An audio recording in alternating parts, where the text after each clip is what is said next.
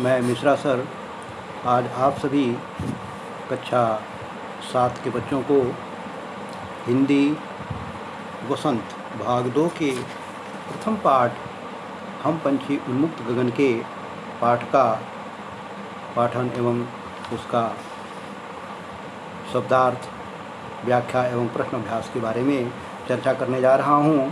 प्रस्तुत पाठ सुमंगल सिंह सुमन द्वारा रचित है। इस पाठ में कवि पंछियों की अभिलाषा को व्यक्त करते हुए कह रहे हैं कि पंछी स्वतंत्र रूप से विचरण करने वाले प्राणी होते हैं। उन्हें पिंजड़े में कैद करने पर वे कदापि भी सुख की अनुभूति नहीं कर सकते हैं। चाहे वो पिंजड़ा सोने का बना हो, उसमें खाने के लिए अच्छे से अच्छे व्यंजन दिए जाएं, फिर भी उन्हें अपने स्वतंत्र होने की हमेशा बेचैनी रहती है, ख्वाहिश रहती है और वे स्वतंत्र रूप से इस पूरे आकाशमंडल में अनंत रूप से विचरण करना चाहते हैं। तो आइए इस पाठ के हम कुछ कठिन शब्दों की चर्चा करते हैं। इसमें हमने जो है पंछी उन्मुक्त, पिंजरबद्ध, पाएंगे, तीलियों, ऐसे करते हुए हमने कुल 21 कठिन शब्दों का उल्लेख किया है। तत्पश्चात हम शब्दार्थ की तरफ आते हैं। शब्दार्थ में उन्मुक्त, आज़ाद, खुले हुए, पिंजरबद्ध, पिंजरे में कैद, कनक तीलियाँ, सोने की छड़ें या सलाखें, पुलकित, रोमांचित, ऐसे करते हुए होड़ा होड़ी, प्रतियोगिता, सांसों की डोरी तानना, मृत्यु को प्राप्त करना, नीड़, घोंसला, आश्रय, घर, सहारा, छिन्न भिन्न, नष्ट करना, आकुल, बेचैन, विघ्न, बाधा। तत्पश्चात हम जो है इस पाठ के संदर्भ सहित व्याख्या की तरफ चलते हैं। यहाँ पर पहला पैराग्राफ हमने लिया है हम पंछी उन्मुक्त गगन से लेकर के और कनक कटोरी की मैदा से। सर्वप्रथम हम संदर्भ की तरफ आते हैं। जैसा कि मैंने आपको पहले बताया है कि संदर्भ जो है हमेशा एक जैसा होता है, केवल इसमें पाठ का नाम और रचयिता या लेखक का नाम बदल दिया जाता है। तो आइए संदर्भ की तरफ बात करते हैं। प्रस्तुत पद्यांश हमारे पाठ्य पुस्तक वसंत भाग 2 के हम पंछी उन्मुक्त गगन के नामक पाठ से लिया गया है। इसके रचयिता सुमंगल सिंह सुमन जी हैं। व्याख्या। प्रस्तुत काव्य पंक्तियों में पक्षी अपनी अभिलाषा, इच्छा व्यक्त करते हुए कहते हैं कि खुले आसमान में उड़ने वाले हम आज़ाद पंछी पिंजरे में कैद होकर अपना मधुर गान न गा सकेंगे, भले ही वह पिंजरा सोने का बना हो। हमारे रोमांचित पंख पिंजरे में लगे इन सोने की छड़ों से टकराकर टूट जाएंगे। नदियों, झरनों का बहता हुआ पानी पीने वाले पंछी पिंजरे में कैद होकर भूख प्यास से मर जाएंगे। हमारे लिए पिंजरे में सोने की कटोरी में रखे हुए मैदा से बेहतर कड़वी नीम की फली है। अर्थात पंछी पिंजरे में कैद होकर सोने की कटोरे में खाने से अच्छा स्वतंत्र होकर उड़ना पसंद करते हैं। इसके पश्चात देखिए हमने दूसरा पैराग्राफ उठाया है। स्वर्ण श्रृंखला के बंधन में अपनी गति उड़ान सब भूले से लेकर के चुगते तारक अनार के दाने तक का जो है हम यहाँ पर विश्लेषण कर रहे हैं। संदर्भ जो है पहले जैसा ही संदर्भ रहेगा, ठीक है। व्याख्या की बात करते हैं। व्याख्या में मैं आपको बताता हूँ, इन पंक्तियों में पंछी अपनी बंधन युक्त जीवन की परेशानियों और अपनी इच्छाओं को व्यक्त कर रहे हैं। पंछी कहते हैं कि सोने की इन जंजीरों में बंधकर हम अपनी स्वाभाविक चाल, उड़ने के ढंग सब भूल गए हैं। पेड़ों की फुनगी पर बैठकर मज़े से झूलना अब तो हमारे लिए बस सपनों की बात रह गई है। इस बंधन में पड़ने से पहले हमारी भी इच्छा थी कि हम नीले आसमान में अंत तक उड़ें और सूर्य की लाल किरणों के समान अपनी चोंच खोलकर तारों रूपी अनार के दाने चुगते रहें। इसके पश्चात देखिए 2 पैराग्राफ और हैं यहाँ पर मैंने उनका उल्लेख नहीं किया है, लेकिन मैं उनकी बता दे रहा हूँ, आपको व्याख्या बता दे रहा हूँ। होती सीमाहीन क्षितिज से इन पंखों की होड़ा होड़ी, या तो क्षितिज मिलन बन जाता या तंती सांसों की डोरी। यहाँ पर संदर्भ हमारा वही है। पंछियाँ कहते हैं कि हम इस आकाश मंडल में, क्षितिज का मतलब होता है पृथ्वी और आकाश के मिलन का वह काल्पनिक स्थल। तो यहाँ पर कहते हैं कि होती सीमाहीन क्षितिज की, सीमाहीन उस क्षितिज आकाश मंडल में हमारे उड़ने की एक प्रतियोगिता होती, और तब तक हम उड़ते रहते जब तक कि हमारी सांसों की डोरी, यानी कि या तो वह क्षितिज काल्पनिक स्थल जो है वह एक वास्तविक स्थल नहीं बन जाता, या फिर हमारी मृत्यु नहीं हो जाती। तब तक ये हमारी कंपटीशन, प्रतियोगिता चलती रहती।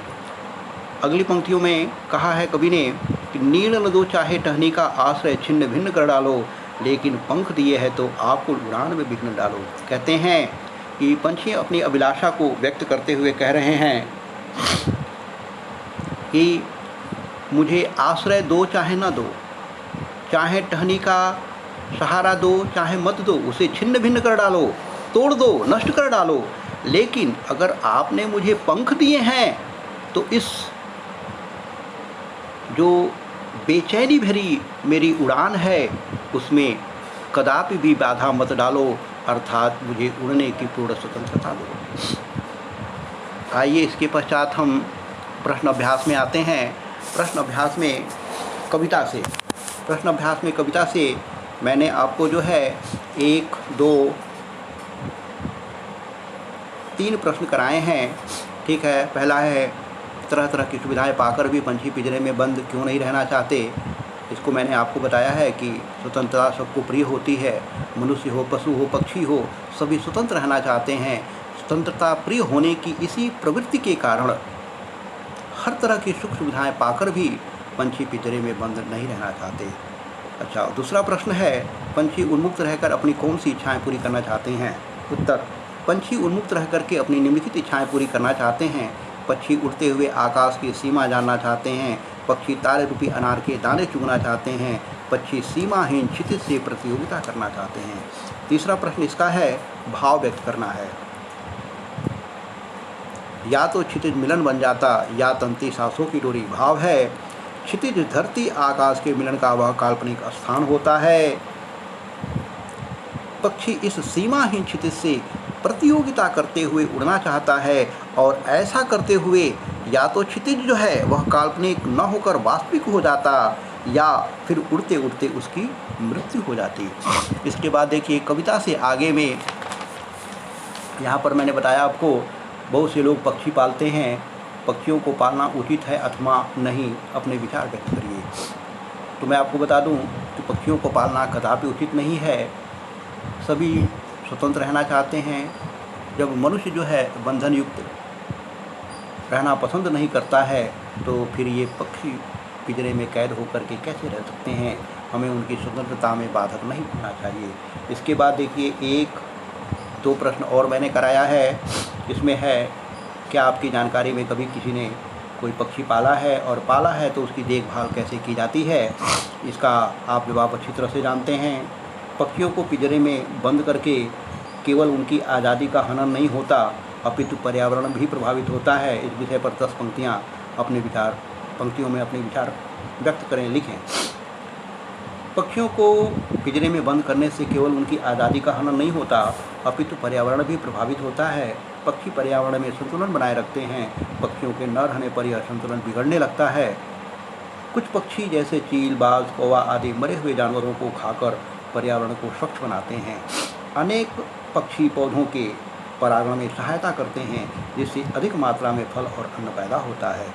कुछ पक्षी फसलों को हानि पहुंचाने वाले कीट पतंगों, टिड्डियों तथा चूहों को खा करके किसानों की सहायता करते हैं और अनाज उत्पादन में वृद्धि करते हैं।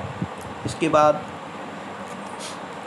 अनुमान और कल्पना में आते हैं। अनुमान और कल्पना में यहाँ पर मैंने 2 प्रश्न आपको लिख करके दिखाया है। तत्पश्चात भाषा की बात में आते हैं।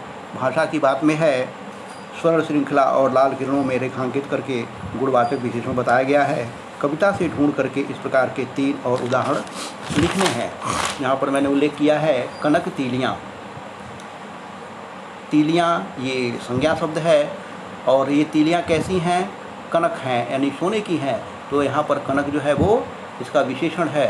कटुक निबौरी, निबौरी माने नीम की फली। नीम की फली कैसी है? कटुक है, कड़वी है। तो यहाँ पर ये विशेषण हो गया। क्षितिज सीमाहीन, क्षितिज, क्षितिज कैसा है? सीमाहीन है, जिसकी कोई सीमा नहीं है। तो यहाँ पर सीमाहीन जो है वह विशेषण है। उड़ान संज्ञा शब्द है और आकुल उसकी विशेषता बता रही है, अतः यह विशेषण है। दूसरा प्रश्न है भूखे प्यासे में द्वंद्व समास है। इन दोनों शब्दों के बीच में लगे चिन्ह को सामासिक चिन्ह कहते हैं। इस चिन्ह से और का संकेत मिलता है, जैसे भूखे प्यासे, भूखे और प्यासे। इस प्रकार से 10 अन्य उदाहरण खोज कर लिखना है। तो सबसे पहले मैं आपको द्वंद्व समास के बारे में बता दूं। जिस सामासिक पद के दोनों पद प्रधान होते हैं और उनके बीच में और शब्द का लोप होता है, उन्हें द्वंद्व समास कहते हैं। जैसे भाई बहन, भाई और बहन, राजा रंग, राजा और रंग, गुरु शिष्य, गुरु और शिष्य, देश विदेश, देश और विदेश। ऐसे करके मैंने यहाँ पर हानि लाभ, हानि और लाभ, माता पिता, माता और पिता, ऐसे मैंने कर करके दिए हैं। तो अंत में मैं आपको बताता हूँ कि इसे याद करें, पढ़ें और बार बार वीडियो को चला कर के बातों को समझें और ध्यान दें। थैंक यू, धन्यवाद।